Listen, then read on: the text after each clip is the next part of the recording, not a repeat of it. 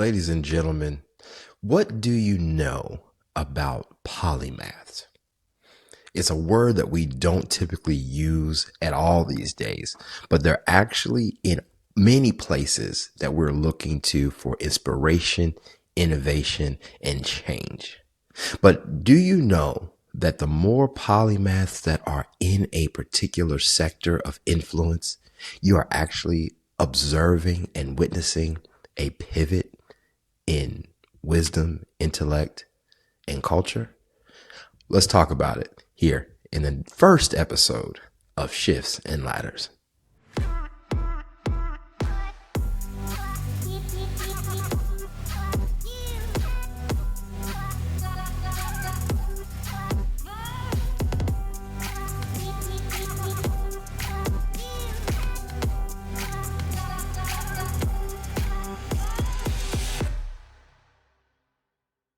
Ladies and gentlemen, welcome to Shifts and Ladders with Ryan Robinson. This is definitely a bit of a shift from our typical Life Refresh podcast. Again, we'll still keep those episodes in the feed. So if you're willing and wanting to really get your life refreshed, you can still find those episodes in the listing of previous pods. But I'm excited to talk about shifts and ladders because, believe it or not, I'm actually a person who studies and observes culture. And I think that it is so important to help individuals identify and be able to prepare when a shift happens and the opportunities to elevate when those shifts happen. It is something I've been passionate about. I talked about this in many episodes prior to this, but I have a music background and I haven't expounded upon that. And then we'll get into the content for today. But I have I should say, extensive experience in a area of study called ethnomusicology. Just what it says, ethno meaning diverse, or ethnic, depending on ethnic group, musicology. So music that derives from a particular ethnic group. And one of the things about this discipline is that you get to take a cultural lens to music. And what this discipline provides is a glimpse of what shifts happen when sound changes. Okay. So if we think about the sound in the 70s with, the cultural things that were going on with Vietnam, LSD, free love, all of those movements that were taking place during that time. And then you go into the 90s and the sound that changed then. So what you find is there's shifts that are happening, and based on the sound of a culture, ethnomusicology can actually help you determine what are those cultural implications that made the sound shift.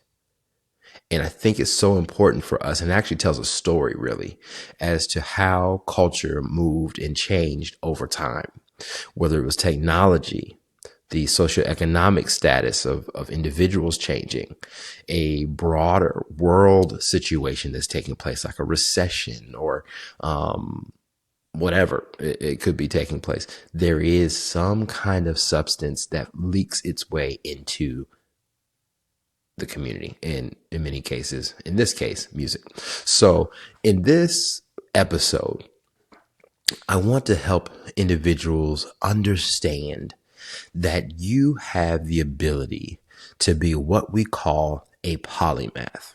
Okay.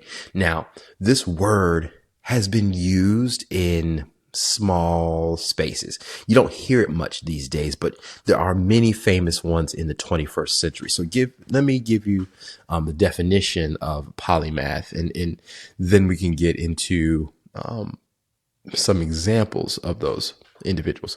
A polymath, poly being many, math, learning. So a person who is an expert or learner of many things. Okay.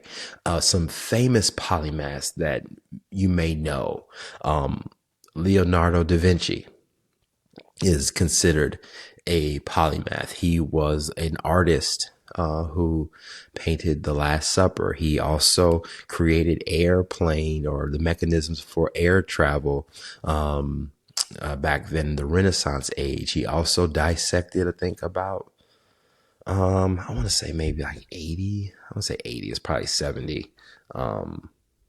Some like 70 bodies or something like that, to learn about the human body. So you have the grid where you see the man who is kind of have his arms spread out and his legs spread out, and it gets different dimensions of this individual's body. So this was based upon Leonardo da Vinci's ability to dissect these circumstances and individuals and people during the time. Some other ones that you can think about. Benjamin Franklin. Benjamin Franklin was a statesman. He was an inventor. He was also a quite welcome person in France. If you haven't watched the Apple TV series called Franklin, I highly suggest you do it, with Michael Douglas playing Benjamin Franklin. You get to understand many of the shenanigans and the opportunities that he indulged in while he was in France while the Revolutionary War was taking place. But nonetheless, he was considered one of the many polymaths because he was just so gifted in many areas of his life. There's other ones like some women, like Maya Angelou is considered a polymath. She was a poet. She was a dancer. She wrote poems and all those things. She is considered one of a polymath. Another polymath would be George Washington Carver, who had multiple uses of the peanut. And also was an educator and did a multiplicity of different things as well. So why is it important for us to acknowledge polymaths? Because what's happening, what has happened in culture is that we have been conditioned to really focus on one thing. And there's nothing wrong with focusing on one thing because you want to do something well, right? And many times you say, you may hear this phrase, it's jack of all trades, master of none. You may hear that often. And those are not quotes that are famous or actually famous to a polymath. You don't see them because they focus in multiple areas of their expertise. Now, why is it important? Let me get back to that.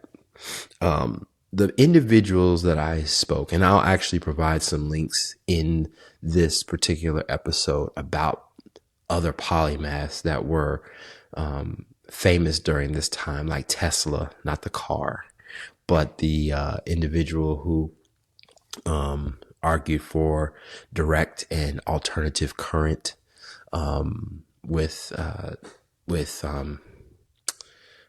not Isaac Newton. It is Thomas. Thomas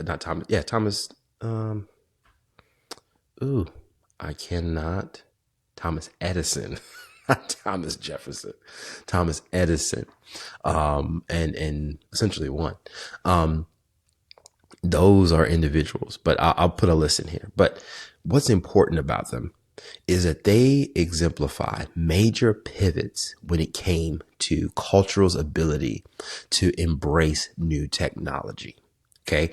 Leonardo da Vinci was famous during the Renaissance time, which came after the Dark Ages. And what cultivated the Renaissance? The printing press by Gutenberg. Therefore, now that all the information is being disseminated in the form of books, you now see individuals being enlightened, which was what the Renaissance age cultivated. This level of enlightenment. So you see people who are artists, who are also scientists, who are also speakers, poets, whatever the case is, they are now being able to express themselves in major different ways. Now you talk about Benjamin Franklin. Benjamin Franklin was around during the time when there was a major pivot in world history where the British and the colonies of the United States were at a pivot, and a smaller power was now was challenging the ultimate world power in Great Britain, and they won. Major cultural shift, right? So you see, even during that time of revolution, those individuals were lawyers, they were writers, they were farmers, they were all kinds of things. They were never limited by what they thought they should be. They just did everything that they thought they were gifted in. Okay. And I'm going to go into the Bible. There are polymaths. I would consider a polymath in the Bible. And the one that I resonate with is King David. King David was a king. Clearly, he was a worshiper. He was a warrior. He was a musician. Did I say that? Probably. But he was a priest. He was a prophet. He had a multiple level of gifts that he was able to worship God with and serve God with. And why is that important again? There was a major pivot with David when it came to the kingdom of Israel. He helped establish the kingdom of Israel under his reign. And that is why it's so important to recognize polymaths. I'll give you some 21st century examples of one. As much as you feel about him, Elon Musk is a polymath. He has been in the tech space for a while. He has been automotive. He does SpaceX, and I think he's doing solar power as well. And there's another one, Starlink, with telecommunications. So he's not limited to that. And if you want to put X there, you can, but he's not limited. Another modern day polymath is, who's no longer with us, is Steve Jobs.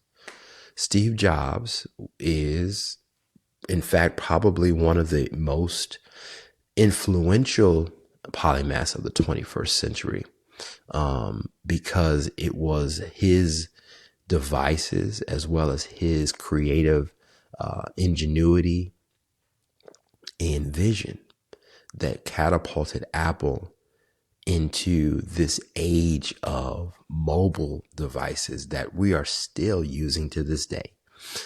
Starting off with the iMac, and then going to the iPod, and then the iPod Nano, and then the phone, and then the iPad, and then so on and so forth. You get my point. But what is the key to being a polymath? And in fact, if you are listening to this, you probably are one, but you have not unlocked or allowed yourself to unlock that capability within you. What is it that makes an individual a polymath? Beyond their expertise in areas of interest, there's one thing, I'll say one thing for this podcast, and something that I think you as a listener would want to be able to think about and process for yourself is this. Polymaths have the ability to observe patterns within culture, within their area of expertise, and finding the common thread that makes them what they are. Okay. How can I give this another great example? Okay. There are some natural polymaths, and you don't see it happening like this in the professional sports arena anymore. But at one time, you would see football players also play baseball. And so like Deion Sanders and Bo Jackson, those are the two that just come to mind right now. And those two individuals, there's a reason why those particular sports resonated with a football player. Now, I can tell you one that failed. Michael Jordan. Michael Jordan went from playing basketball to trying to play baseball, and that didn't go that great. Why? There are two different levels of sport, really. For Michael Jordan, it's fast twitch movement, quick movement. With baseball, which is completely different than baseball, you have to really train a little bit different because you have to have endurance in baseball. But in football, you train football for endurance. Like if you ever played the sport, if you haven't, Google something of them running and conditioning, what the conditioning looks like when you're playing football. You condition for a long time. So if you're running gassers, which is running down the field vertically, one of the two.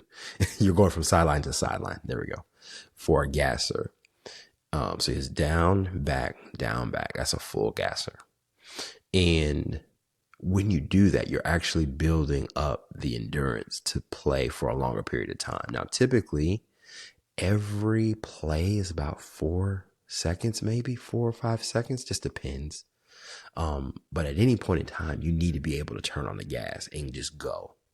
You might have your breakaway plays here and there, but those typically don't happen all the time. But when they do, you have to be able to have the endurance to be able to run for a minute, but also have a break and then run again, especially if you're running like no huddle offense. That's a whole nother story.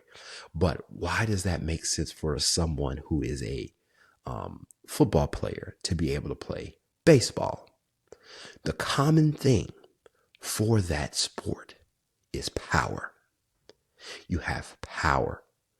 If you think Bo Jackson, if you talk about Bo, and he was an incredible athlete and just was an amazing person to watch, and actually one of the favorite people that we used to play when Madden came out. I mean, I'm talking about 2D Madden. You just wanted to make sure Bo got the football. And Bo Jackson had had so much power, he'd just run over you, just obliterate you. But also when he was at the mound and at the plate, he would just destroy balls. And he was also fast too, right? So the thing is, there's a common leverage that power in football and power in baseball just made sense for him and for Deion Sanders to play. Not so much with Michael Jordan. You don't need a whole lot of power when you're playing basketball. You need more endurance. You do need power to an extent, but you can't be so big that you can't be movable. You can't be mobile, right? So that is a common thread. That's why you saw a lot of football players really make that successful turn into baseball, because it just worked the same muscle. So why is that important? They found the pattern that made sense for them. Have you found the pattern that makes sense for you? Are you able to put things together, whether it be in technology or whether it be in communication? Because a lot of those skills are transferable skills. And we'll talk about that in the next podcast. But the thing with the patterns is that once you apply a skill from one place, you transfer that skill to another place, and then you find out how that works. And then you apply those skills to whatever arena you happen to be in. And then that is what that is what creates the opportunity and the ability for you to excel, because you found what works over here, but you also found the common thread that if you take pieces of this or take the whole thing over here, it'll make sense and you'll be able to do what you need to do when you need to do it. So I'm going to bring the two examples together for Steve Jobs, and I'm going to go to King David. I'm going to use this and I'm going to close for this particular time. But I want you to tune into the next podcast, because we're going to give you the keys on how to become a next generation polymath in this age of change. I believe that if anything, this is a time with the level of technology that we have with YouTube, social media, the access to high-end information is just out there now. The amalgamation of information that you can do with, sorry, let me say that again because I done messed that up. The amalgamation of information that can be put together these days can actually open up opportunities that you have no idea were available to you. Okay. So let me give this example and then we're going to cut it for the day. Steve Jobs recognized two things. Okay. Technology wasn't going anywhere. In fact, it was expediting itself in many cases and places. So the mode of music was being disrupted by Napster at the time. Hopefully y'all remember Napster, maybe LimeWire or Kazaa. To my Kazaa users back in the day, internet was disrupting that, right? The internet was disrupting film because you'd be able to download movies online too. Also, you're able to download books and all the good things that people would typically consume information from, or entertainment. They would glean entertainment and information from. So what Steve Jobs did was like, well, this is what we can do. And this is the software on the hardware that he envisioned. He said, what we can do is we can aggregate all the music into one store. And we call that iTunes. iTunes then expanded into movies. Then iTunes expanded into bookstores. So now you end up having these several areas of now aggregating data, information, entertainment, and TV shows eventually came to that platform. Now you have movies that are made by Apple that are in network now. And now you end up finding that these things were the common thread. The technology was the common thread to all of this. It's the vehicle and delivery system that you got your music, your movies, your TV shows, your books, all through directly to a user. King David, while he was not a technology person, the common thing that he had that made him so unique is that he loved God with all his heart. The Bible says that David was a man after God's own heart. And whatever David did, that was the common theme. Whether he was fighting in battle, whether he was playing a worship song unto the Lord, if he was writing music in the Psalms, if he was declaring the works of the Lord, if he was in one instance bringing the Ark of the Covenant back to Jerusalem, whatever he was doing, he did as unto the Lord. There was a moment and I'll reference it. I believe it's in, I want to say it's in either 1st or 2nd Samuel, probably 2nd Samuel, where David is working for the Philistines. He's living in the Philistine clan. This is when Saul was after David. So he left Jerusalem because Saul had intended to kill him. And he is found in what we call Ziklag. And I believe it's the Amorites had destroyed David's camp. And everyone was in tears. They took the women, they took the children, they burnt down Ziklag. And it was so bad that the Bible says that they ran out of tears. I don't know about you, but when you run out of tears, like, you're sad. And it was so bad that the folks that were warring with David thought to kill him. And at that moment, the Bible said that he strengthened himself in the Lord. And then he said, somebody give me the ephod, which was a piece of jewelry that that had the 12 tribes of Israel on it, and was something that the priest would adorn who was over the tabernacle. So he would get the ephod, he put it on, and he asked the Lord, said, Lord, shall I pursue the enemy? And he says, yes, you shall pursue. And I'm gonna put a pin there. Before David got in his feelings, he consulted God first. That, ladies and gentlemen, is the common thread. David wasn't perfect, but he knew who to go to and who his common thread was, and that was the Lord. Okay, so I'm so excited about this. Y'all can't tell that I'm excited about this. So in the next podcast episode, we're going to talk about how you can discover the polymath in you.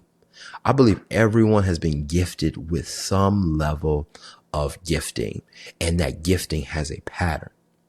And that pattern can actually touch multiple areas at one time. But if you don't have the skill and the awareness to see that for yourself, you could be only operating in half of your gifting and not your full level of gifting that you're here to offer the world. So keep it locked here. If you know someone who is a creative, has this innate ability to just excel in multiple areas, share this podcast with them, because I believe that we can help unlock their potential. And I believe we can lock yours as well. All right. Keep it locked here, and we'll see you in the next episode of Shifts and Ladders.